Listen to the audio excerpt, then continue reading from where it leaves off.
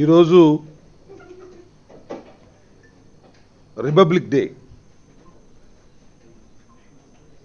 British బానిస సంఖ్యలను తెంచుకొని భారతదేశానికి స్వాతంత్రం వచ్చిన తర్వాత మన దేశాన్ని రిపబ్లిక్గా ప్రకటించుకొని అన్ని హక్కులతో రాజ్యాంగాన్ని అమలు చేసుకుంటూ స్వేచ్ఛా స్వాతంత్రాలతో దేశాన్ని పరిపాలించుకుంటున్నటువంటి పవిత్రమైనటువంటి రోజు 68వ గణతంత్ర దినోత్సవాన్ని ఉదయం చాలా ఆనందంగా మనం చేసుకున్నాం. కానీ ఆంధ్రప్రదేశ్లో మాత్రం స్వేచ్ఛా స్వాతంత్రాలు భారతదేశానికి స్వాతంత్రం వచ్చినా, బ్రిటిష్ పరిపాలకులు పోయినా, చంద్రబాబు నాయుడు గారి పరిపాలనలో మాత్రం స్వేచ్ఛా వాయువులు పీల్చుకునేటటువంటి పరిస్థితి కనిపించటం లేదు. ఉదయం నుంచి చూస్తున్నాం, టీవీల్లో, వార్తా మాధ్యమాల్లో అనేక చోట్ల అరెస్టులు, రోడ్డు మీదకు వచ్చినటువంటి యువకుల్ని, విద్యార్థుల్ని అతి దారుణంగా అరెస్ట్ చేస్తున్నారు. కొన్ని చోట్లయితే మ్యాన్ హ్యాండిల్ చేస్తున్నారు. వైఎస్ఆర్ కాంగ్రెస్ పార్టీకి చెందినటువంటి నాయకుల్ని రాత్రి నుంచి గృహ నిర్బంధం చేస్తున్నారు. ఎందుకు చేస్తున్నారు? ఈ రాష్ట్రంలో ఏం జరుగుతుంది? ఈ రాష్ట్రంలో ఏదైనా అరాచకం చేయటానికి రాజకీయ పార్టీలు కానీ ప్రజా సంఘాలు కానీ పనిచేస్తున్నాయా? కాదే. ఈ రాష్ట్రానికి ప్రత్యేక హోదా కావాలని నినదిస్తూ కేవలం ప్రజాస్వామ్య పద్ధతుల్లో శాంతియుతంగా నిరసన తెలియజేయటానికి ముందుకొచ్చినటువంటి ప్రజానీకాన్ని, రాజకీయ పక్షాలని అతి దారుణంగా అణిచివేసేటటువంటి ప్రయత్నం చంద్రబాబు నాయుడు గారు, ఆయన పోలీసు యంత్రాంగం చేయటం చాలా బాధాకరమైనటువంటి అంశం. ఈ దేశంలో, ఈ రాష్ట్రంలో ఉద్యమాలు కొత్త కాదు.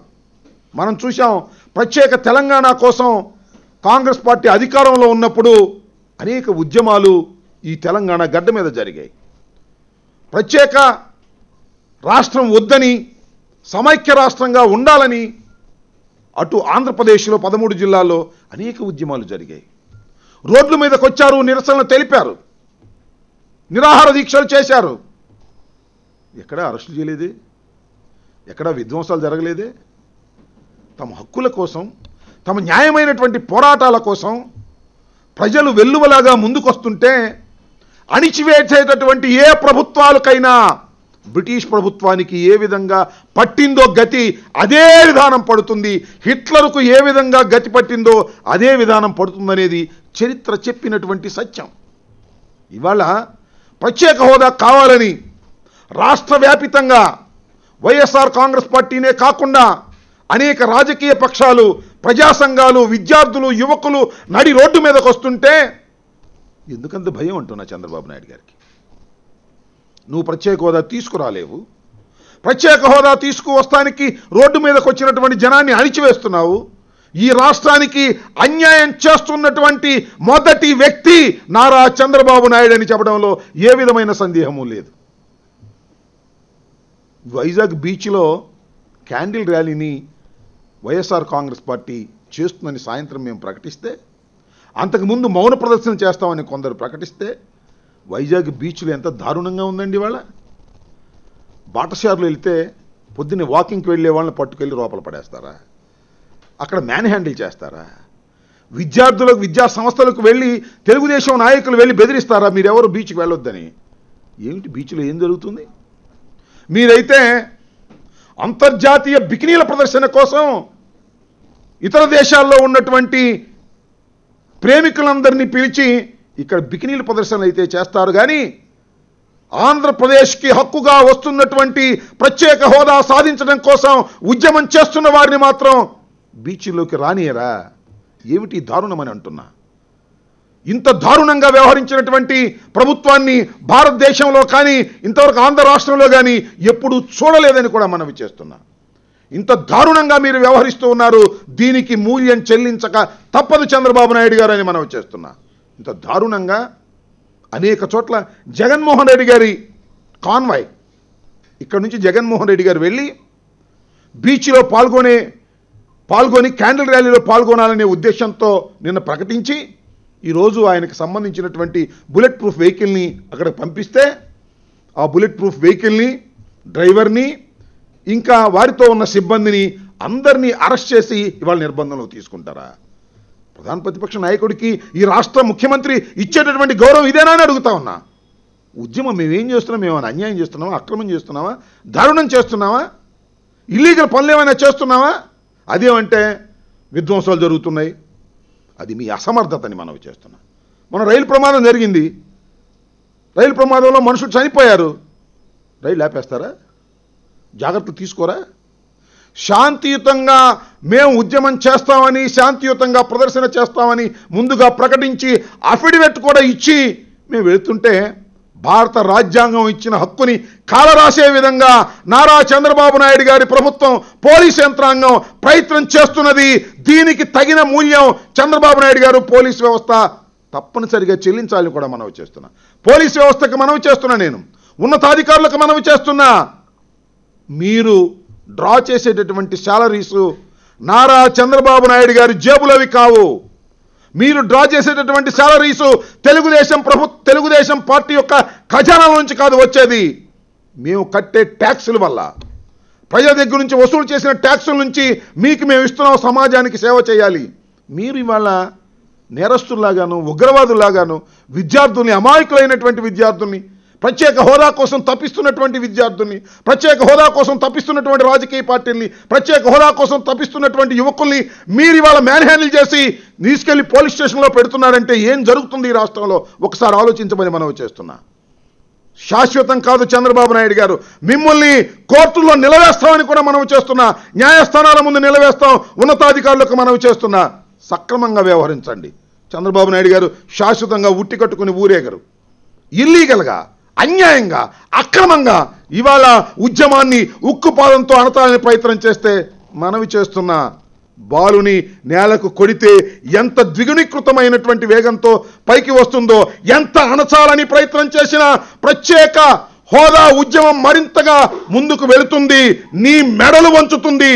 నీ మెడలే కాదు, మోడీ మెడలు కూడా వంచి ఈ రాష్ట్రానికి ప్రత్యేక హోదా తీసుకొచ్చేటటువంటి మార్గంలో మేము పయనిస్తామని కూడా మనవి చేస్తున్నాం. అందరినీ, ఈ రాష్ట్రంలో ప్రత్యేక హోదా కోరుకునేటటువంటి వ్యక్తులందరికీ కూడా వైఎస్ఆర్ కాంగ్రెస్ పార్టీ పరిపూర్ణమైన మద్దతు ఇస్తుంది. వారి వెంట ఉండి నడుపుతుందని కూడా మనవి చేస్తున్నా. రాజకీయంగా విభేదాలు మాకు చాలా ఉండొచ్చు. రాజకీయ విభేదాలు, రాజకీయ సిద్ధాంత విభేదాలు ఎన్ని రాజకీయ పార్టీలకు వ్యతిరేకంగా ఉన్నప్పటికీ కూడా ప్రత్యేక హోదా ఉద్యమంలో తలమానికగా ఉండి వైఎస్ఆర్ కాంగ్రెస్ పార్టీ ముందు ఉంటుందని వైఎస్ జగన్మోహన్ రెడ్డి గారు, మా పార్టీ అధ్యక్షులు చెప్పారు. ఎవరు చేసినప్పటికీ కూడా మాకు వ్యతిరేకులు కావచ్చు, మాకు అనుకూలంగా కాకపోవచ్చు, మాకు ఓట్లు వేయని వారు కాకపోవచ్చు, ఓట్లు వేసేవారు కాకపోవచ్చు, ఎవరైనప్పటికీ కూడా వారికి వైఎస్ఆర్ కాంగ్రెస్ పార్టీ మద్దతు ఇస్తుంది. మా ధ్యేయం ఒక్కటే, ఈ రాష్ట్రానికి ప్రత్యేక హోదా సాధించి తీరుతాం, సాధిస్తాం. దానికోసం ఎంత శ్రమైనా చేస్తాం, ఎంత ఉద్యమమైనా చేస్తామని ఈ సందర్భంగా మనవి చేస్తున్నా. మీ ఊకదంపుడు కార్యక్రమాలకో, ఉపన్యాసాలకో, చంద్రబాబు నాయుడు గారి ఉపన్యాసాలకో, లేదా మీరు చేసేటటువంటి ఈ అన్యాయమైనటువంటి అణిచివేతకు భయపడి మాత్రం వెనుగు తిరిగే ప్రశ్న లేదు. ఇది ప్రారంభం మాత్రమే, అంతం కాదని మనవి చేస్తున్నా. మరింత ఉద్యమ రూపాన్నిచ్చి వైఎస్ఆర్ కాంగ్రెస్ పార్టీ ముందుకు వెళుతుంది. ఇవాళ చాలామంది మీరు అడగొచ్చు, ఇంత నిర్బంధంలో జగన్మోహన్ రెడ్డి గారు ఏం చేయబోతున్నారని. వైజాగ్ వెళ్ళబోతున్నాం. ఎన్ని నిర్బంధాలున్నా, ఎన్ని అరెస్టులు చేసినా, ఎంత ఒత్తిడి చేసినా, కొవ్వొత్తుల ప్రదర్శనలో మా అధ్యక్షుడు వైఎస్ జగన్మోహన్ రెడ్డి గారు పాల్గొంటారు, పాల్గొని తీరుతారు. ఉద్యమాన్ని ముందుకు తీసుకువెళ్లేందుకే మేము నడుస్తామని ఈ సందర్భంగా మనవి చేస్తున్నాను. అంతేకాదు, ఇవాళ నిర్బంధంలో ఉన్నటువంటి యువకులు కానివ్వండి, విద్యార్థులు కానివ్వండి, ఉద్యమకారులు కానివ్వండి, ప్రతినబూని ముందుకు సాగాలి. మరింత ఉత్సాహంగా, పోలీసులు ఎంత ప్రయత్నం చేసినప్పటికీ మరింత ఉత్సాహంగా ముందుకు కదిలి ప్రత్యేక హోదాను సాధించడం కోసం అందరూ ఒక్క తాటి మీదకు రావలసినటువంటి అవసరాన్ని ఈ ఉద్యమాన్ని అణిచివేస్తున్నటువంటి క్రూరమైన విధానమే చెబుతుంది. అందరూ కలిసికట్టుగా ముందుకు సాగాలని నిర్ణయం రావాల్సినటువంటి పరిస్థితి ఇవాళ ఉన్నదని ఈ సందర్భంగా అందరికీ కూడా, రాష్ట్రంలో ఉన్నటువంటి ప్రజానీకానికి అందరికీ కూడా, పార్టీలకు అతీతంగా, కులాలకు అతీతంగా, ప్రాంతాలకు అతీతంగా అందరూ కలిసికట్టుగా ప్రత్యేక హోదా ఉద్యమానికి నడుం కట్టి ముందుకు సాగాలని ఈ సందర్భంగా మరొక్కసారి వైఎస్ఆర్ కాంగ్రెస్ పార్టీ పునరుద్ఘాటిస్తున్నది. సుజనా చౌదరి మాట్లాడారు సార్, ప్రత్యేక హోదా అనేది అయిపోయిన అంశము, రాష్ట్రానికి అన్యాయం జరుగుతుంటే చంద్రబాబు చూస్తూ ఊరుకోరని అన్నారు. సుజనా చౌదరికి తెలుగుదేశం పార్టీకి అయిపోయిన అంశమేమో కానే కాదు. నేను మనవి చేస్తున్నా, 1956లో రాష్ట్రం కలిసింది. అప్పటి నుంచి, కలిసిన రోజు నుంచి ప్రత్యేక ఉద్యమం ఉంది. ఇంతో అంతో దాన్ని పట్టుకొని మొన్నటిదాకా ఉద్యమం చేశారు వారు. కాబట్టి ఏది అయిపోయిన అంశం కాదు, ప్రారంభమైన అంశం. ఇదంతా మోసం చేయాలనేటువంటి ప్రయత్నంలో చంద్రబాబు నాయుడు గారు, సుజనా చౌదరి గారు ప్రయత్నం చేస్తున్నారు. ప్రత్యేక హోదా అయిపోయిన అంశం, ముగించిన అంశం కాదు. ప్రత్యేక హోదా సాధించేంత వరకు ఆంధ్ర రాష్ట్ర ప్రజలు పోరాడతారు, తెలుగుదేశం, భారతీయ జనతా పార్టీ మినహా.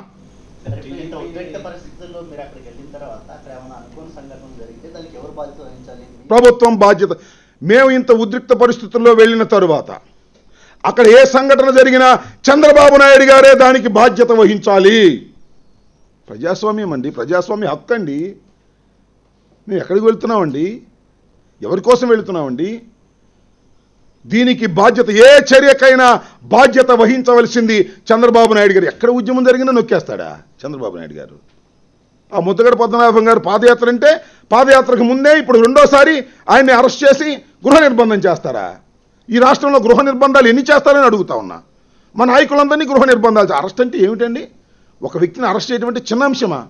అరే, అరెస్టుని ఎంత అవలీలగా ఉపయోగిస్తున్నారు ఈ ప్రభుత్వం, ఈ పోలీస్ యంత్రాంగం. ఇది సరైందేనా? దీనికి ఖచ్చితంగా చంద్రబాబే మూల్యం చెల్లించాలి, బాధ్యత వహించాలి. ఇంకా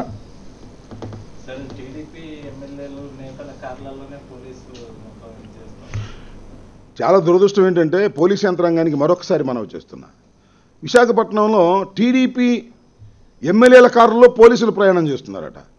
అయ్యా, పోలీసు వారు, ఉన్నతాధికారులు, మీకు మనవి చేసేది ఏంటంటే, మీరు కాకి బట్టలు వేసుకొని ప్రజల సొమ్ముతో పనిచేస్తున్నారు. పచ్చ చొక్కాలు వేసుకొని తెలుగుదేశం పార్టీ వారు ఇచ్చే డబ్బులతో మీరు చేయటం లేదనేది గుర్తుపెట్టుకోండి. మరి అలాగే చేస్తున్నారేమో, మరి నాకు అర్థం కావడంలా. కాబట్టి కాస్త జాగరూకతతో వ్యవహరించండి. వ్యవస్థలు శాశ్వతం తప్ప వ్యక్తులు శాశ్వతం కాదు. దుష్ట సాంప్రదాయాలను ప్రవేశపెట్టవద్దు. పోలీసు ఉన్నతాధికారులకు మరొక్కసారి మనవి చేస్తున్నాను, హెచ్చరిక కూడా చేస్తున్నారు. ప్రజాస్వామ్యం కన్నా మీరు గొప్పవారేమీ కాదు అని. చేయడానికి వీలు లేదు.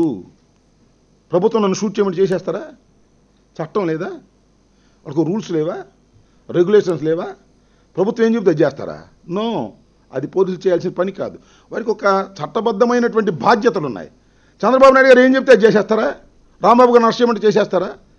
నో, ఆ అభిప్రాయం కరెక్ట్ కాదు. చంద్రబాబు ఏం చెబితేనే అది పోలీసులు చేయాలి, ప్రభుత్వం ఏం చెబితేనే అది పోలీసులు చేయాలనేది కానే కాదు. అలాంటి అభిప్రాయం ఉంటే దయచేసి ఎవరైనా మార్చుకోండి. దానికి ఒక చట్టం, దానికి ఒక వ్యవహారం, ఒక క్రైమ్ ఉంటేనే అరెస్ట్ చేయాలి, దాని పరిస్థితి ఉంటే అరెస్ట్ చేయాలి తప్ప వాళ్ళు ఇష్టం వచ్చినట్టుగా పోలీసులు చంద్రబాబు నాయుడు గారి ఇంట్లో మనుషుల్లాగా వ్యవహరించడం సరైనటువంటి విధానం కాదు. అలా వ్యవహరిస్తే ఖచ్చితంగా న్యాయస్థానాల ముందు వారు నుంచోబెట్టే పరిస్థితి కూడా వస్తుంది. ఏపీకి ప్రత్యేక హోదా కోసం మీతో పాటు మిగతా రాజకీయ పార్టీలు, అదే జనసేన అధ్యక్షుడు పవన్ కళ్యాణ్ ఎంతమంది మాట్లాడుతుంటే చంద్రబాబు కేవలం ఒక జగన్నే టార్గెట్ చేసి మాట్లాడుతూ ఉన్నారు. మిగతా వాళ్ళు పవన్ కళ్యాణ్ గారు మిగతా వాళ్ళు ఎవరు నేను అనట్లేదు. కారణం ఏమనుకుంటే, అంటే పవన్ కళ్యాణ్ గారు, సిపిఐ, సిపిఎం, ఇంకా ఇతర పక్షాలు ప్రజాస్వామ్య పద్ధతుల్లో ప్రత్యేక హోదా కావాలని కోరుకుంటున్నాయి. మంచిదే, కాదనడం వల్ల. కానీ చంద్రబాబు నాయుడు గారు జగన్మోహన్ రెడ్డిని ఎందుకు టార్గెట్ చేస్తున్నాడు అనేది చంద్రబాబు నాయుడు గారు చెప్పాలి.